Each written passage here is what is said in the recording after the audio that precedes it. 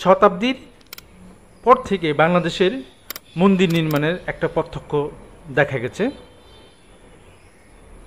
মন্দিরগুলো অনেকটা শৈলীর মধ্যে চালাশৈলীর মন্দির সর্বাধিক জনপ্রিয় ছিল, যা ঘরোয়া কুড়িঘরের প্রতিস্বরূপ।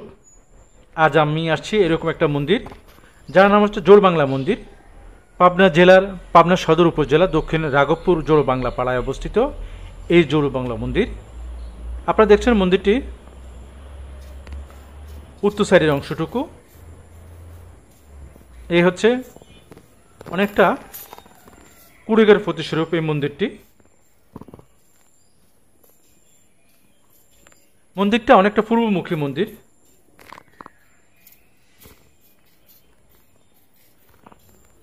গোপীনাথ মন্দিরের অভ্যন্তরে বহির্ভাগ অনেকাংশে ক্ষতিগ্রস্ত হয়েছে দুইটি কক্ষের। মন্দিরটির তার ঢালু ছাদ ও প্রাথমিক চালাশৈলীর উপাদানগুলো অন্তর্ভুক্ত করে, যা এই সময়ের মধ্যে নির্মিত বাংলা হিন্দুর মন্দিরগুলো সাধারণ ছিল। এটা হচ্ছে মন্দিরের প্রধান অংশটুকু।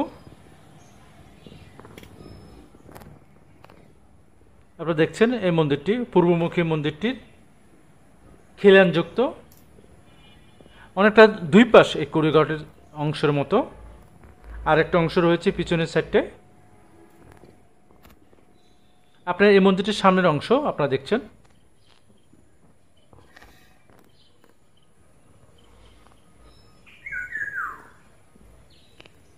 অনেকটা খোলা মাঠ এই মন্দিরটির মাঝখানে। এই খোলা মাঠের একটু উঁচু ও টিলার মতো অংশে মন্দিরটি তৈরি করা, ভিটার মতো তৈরি করা মন্দিরটি এভাবে তৈরি করা।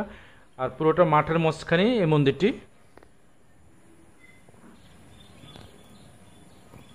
বাংলাদেশ প্রত্নতাত্ত্বিক অধিদপ্তরের অধীনে এখানে পূজা অর্চনা হয় না।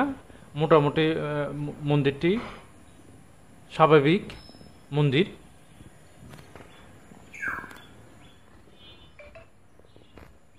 আপনারা দেখছেন এ হচ্ছে মন্দিরটি দক্ষিণ অংশ।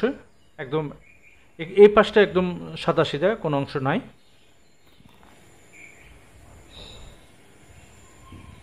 মন্দিরের সম্মুখভাবে খিলানগুলোর উপরে টেরাকোটার ফলকগুলো রাম ও বারণের সৈন্যবাহিনীর মধ্যকার যুদ্ধকে প্রদর্শন করত পরিদর্শিত ছিল।